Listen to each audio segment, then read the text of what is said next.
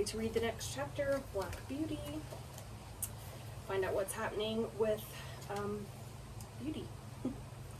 Chapter 24 is called The Lady Anne, or A Runaway Horse. Early in the spring, Lord W. and part of his family went up to London and took York with them. Ginger and I and some of the other horses were left at home for use, and the head groom was left in charge. The Lady Harriet, who remained at the hall, was an invalid and never went out in the carriage, and the Lady Anne preferred riding on horseback with her brother or cousins. She was a perfect horsewoman, and as gay and gentle as she was beautiful. She chose me for her horse and named me Black Auster. I enjoyed these rides very much in the clear, cold air, sometimes with Ginger, sometimes with Lizzie. This Lizzie was a bright bay mare, almost thoroughbred, and a great favorite with the gentlemen on account of her fine action and lively spirit. But Ginger, who knew more of her than I did, told me she was rather nervous. There was a gentleman of the name Blantyre staying at the hall. He always rode Lizzie, and praised her so much that one day Lady Anne ordered the side saddle to be put on her and the other saddle on me. When we came to the door, the gentleman seemed very uneasy. "How is this?" he said. "Are you tired of your good Black Auster?" "Oh, no, not at all," she replied, "but I am amiable enough to let you ride him for once, and I will try your charming Lizzie.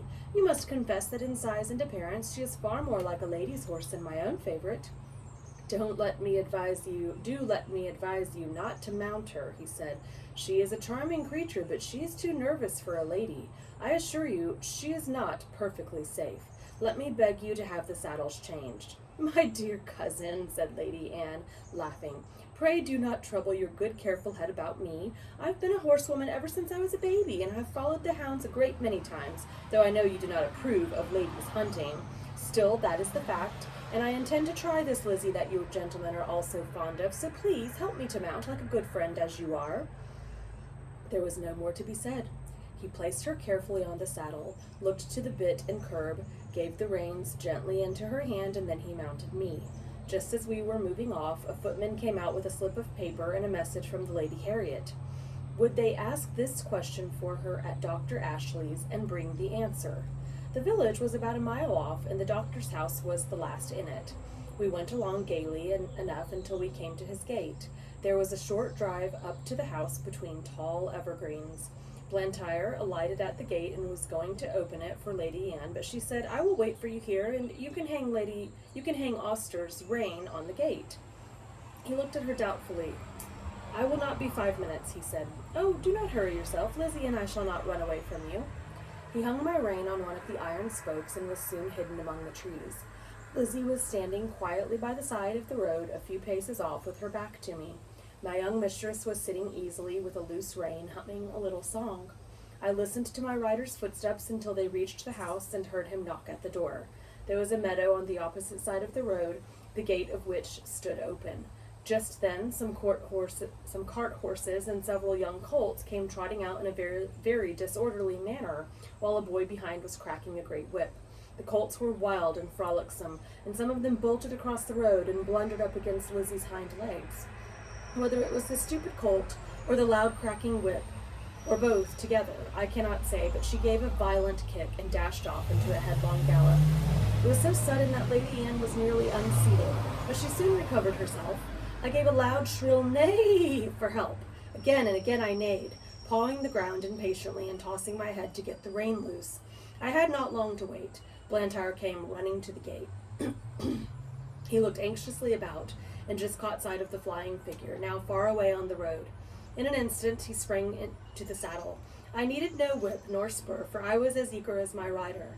He saw it, and giving me a free rein and leaning a little forward, we dashed after them. For about 1.5 miles the road ran straight, and then bent to the right, after which it divided into 2 roads. Long before we came to the bend, she was out of sight. Which way had she turned? A woman was standing at her garden gate, shading her eyes with her hand, and looking eagerly up the road. Scarcely drawing the rein, Blantyre shouted, "Which way?" "To the right," cried the woman, pointing with her hand, and away we went up the right-hand road. Then for a moment we caught sight of her. Another bend, and she was hidden again. Several times we caught glimpses and then lost them. We scarcely seemed to gain ground upon them at all. An old road mender was standing near a heap of stones, his shovel dropped and his hands raised. As we came near, he made a sign to speak. Blantyre drew the rein a little. To the common, sir! She has turned off there!" I knew this common very well, for it was for the most part very uneven ground, covered with heather and dark green furze bushes, with here and there a scrubby old thorn tree. There were also open spaces of fine short grass, with anthills and mole turnips everywhere, the worst place I ever knew for a headlong gallop. We had hardly turned on the common when we caught sight again of the green habit flying before us. My lady's hat was gone, and her long brown hair was streaming behind her.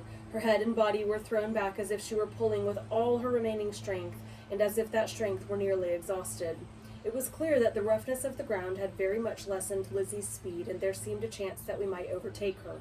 While we were on the high road, Blantyre had given me my head, but now, with a light hand and a practised eye, he guided me over the ground in such a masterly manner that my pace scarcely slackened, and we were decidedly gaining on them.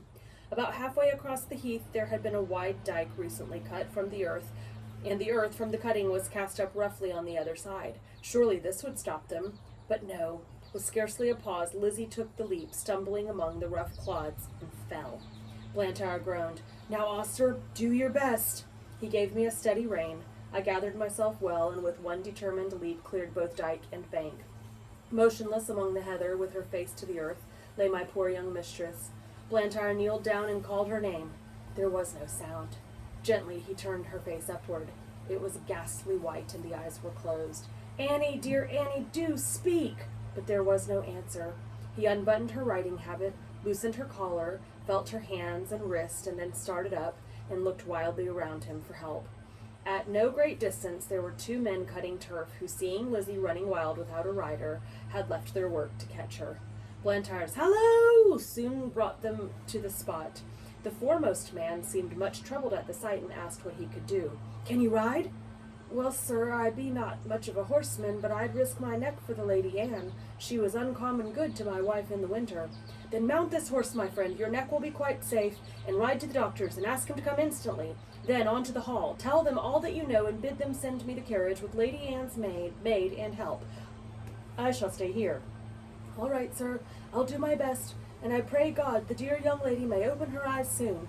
Then, seeing the other man, he called out, "Here, Joe, run for some water, and tell my missus to come as quick as she can to the Lady Anne." He then somehow scrambled into the saddle, and with a "Gee up!" and a clap on my sides with both his legs, he started on his journey, making a little circuit to avoid the dike. He had no whip, which seemed to trouble him, but my pace soon cured that difficulty, and he found the best thing he could do was to stick to the saddle and hold me in, which he did manfully. I shook him as little as I could, but once or twice on the rough ground he called out, "Steady! Whoa! Steady!" On the high road we were all right. At the doctor's and the hall he did his errand like a good man and true. They asked him in to take a drop of something. No, he said, "I'll be back to him again by a short cut through the fields, and be there before the carriage." There was a great deal of hurry and excitement after the news became known. I was just turned into my box. The saddle and bridle were taken off, and a cloth thrown over me. Ginger was saddled and sent off in great haste for Lord George, and I soon heard the carriage roll out of the yard. It seemed a long time before Ginger came back, and before we were left alone. Then she told me all that she had seen. "I can't tell much," she said. "We went a gallop nearly all the way, and got there just as the doctor rode up. There was a woman sitting on the ground with the lady's head in her lap. The doctor poured something in her mouth, but all that I heard was, 'She is not dead.' Then I was led off by a man to a little distance. After a while she was taken to the carriage, and we came home together. I heard my master say to a gentleman who stopped him to inquire that he hoped no bones were broken, but that she had not spoken yet. When Lord George took Ginger for hunting, York shook his head. He said it ought to be a steady hand to train a horse for the first season, and not a random rider like Lord George. Ginger used to like it very much, but sometimes when she came back I could see that she had been very much strained, and now and then she gave a short cough. She had too much spirit to complain, but I could not help feeling anxious about her. 2 days after the accident, Blantyre paid me a visit. He patted me and praised me very much. He told Lord George that he was sure her black Oster knew of Annie's danger as well as he did. "I could not have held him back if I tried," said he. "She ought never to ride any other horse." I found by their conversation that my young mistress was now out of danger and would soon be able to ride again. This was good news to me, and I looked forward to a happy life. So that's good, that Lady Anne survived and will be riding horses again, and hopefully she'll stick to Black Beauty, or as she calls her, him Black Oster from now on. Bye guys, have a great day.